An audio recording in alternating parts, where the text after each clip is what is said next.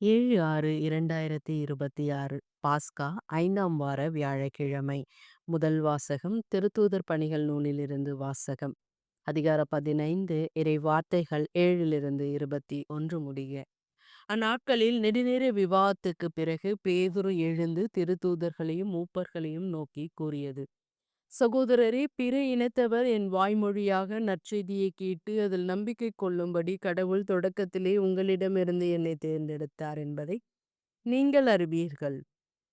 உள்ளங்களையும் அறியும் கடவுள் நமக்கு தூய ஆவியை கொடுத்தது போல அவர்களுக்கும் கொடுத்து அவர்களை ஏற்றுக்கொண்டார்.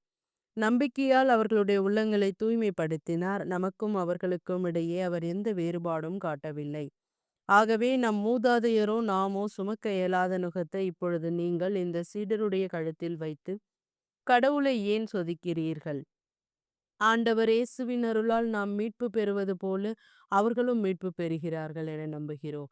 இதை கேட்டு அங்கு திரண்டிருந்தோர் யாவரும் அமைதியாயினர். கடவுள் தங்கள் வழியாக பிற இனத்தவரிடம் அடையாளமும் அரும் செயல்களும் செய்தார் என்பதை பர்னபாவும் பவுலும் எடுத்துரைத்ததை அவர்கள் கேட்டு கொண்டிருந்தார்கள். அவர்கள் பேசி முடித்ததும் யாக்கோப்பு அவர்களை பார்த்து கூறியது: சகோதரரே, நாங்கள் கூறுவதை கேளுங்கள். கடவுள் பிற இனத்தாரிடமிருந்து தமக்கென மக்களை தேர்ந்தெடுத்து கொள்ள முதலில் அவர்களை தேடி வந்து செய்தியை சீமோன் எடுத்துரைக்க கேட்டீர்கள். இறைவாக்கினரின் சொற்களும் இதற்கு ஒத்திருக்கின்றன.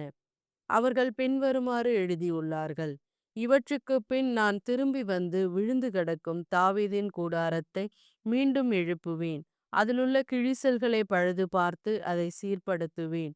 அப்பொழுது மக்களுள் எஞ்சி இருப்போரும் என் திருப்பெயரை தாங்கியிருக்கும் வேற்று இனத்தார் அனைவரும் ஆண்டவரை தேடுவார் என்கிறார். இதை செயல்படுத்தும் ஆண்டவர். தொடக்கத்திலிருந்தே இதனை அவர் தெரியப்படுத்தியுள்ளார். எனவே என் முடிவு இதுவே: கடவுளிடம் திரும்பும் பிற இனத்தாருக்கு நாம் தொல்லை கொடுக்கலாகாது. ஆனால் சிலைகளுக்கு படைக்கப்பட்ட தீட்டுப்பட்டவை, கழுத்து நெரித்து செத்தவை, இரத்தம் மற்றும் பரத்தன்மை ஆகியவற்றை தவிர்க்குமாறு அவர்களுக்கு நாம் எழுத வேண்டும். மோசேயின் சட்டத்தை அறிவிப்போர் முற்காலத்திலிருந்தே எல்லா நகரங்களிலும் இருந்தும் இருக்கின்றனர். அதனை ஓய்வு நாள் தோறும் தொழுகை கூடங்களில் வாசித்தும் வருகின்றனர். ஆண்டவரின் அருள்வாக்கு. இறைவா உமக்கு நன்றி. பதிலுரை பாடல். பல்லவி. ஆண்டவர் தம் வியத்தகு செயல்களை அறிவியுங்கள்.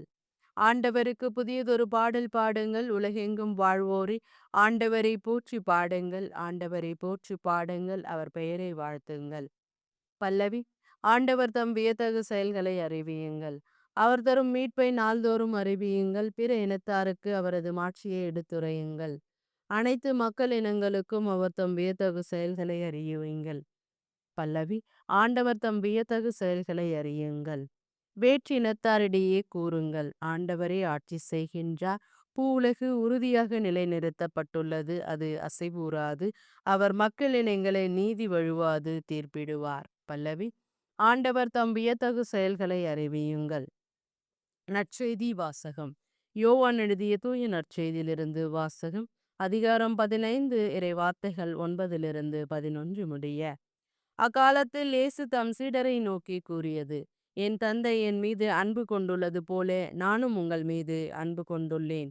என் அன்பில் நிலைத்திருங்கள். நான் என் தந்தையின் கட்டளைகளை கடைபிடித்து அவரது அன்பில் நிலைத்திருப்பது போல நீங்களும் என் கட்டளைகளை கடைபிடித்தால் என் அன்பில் நிலைத்திருப்பீர்கள்.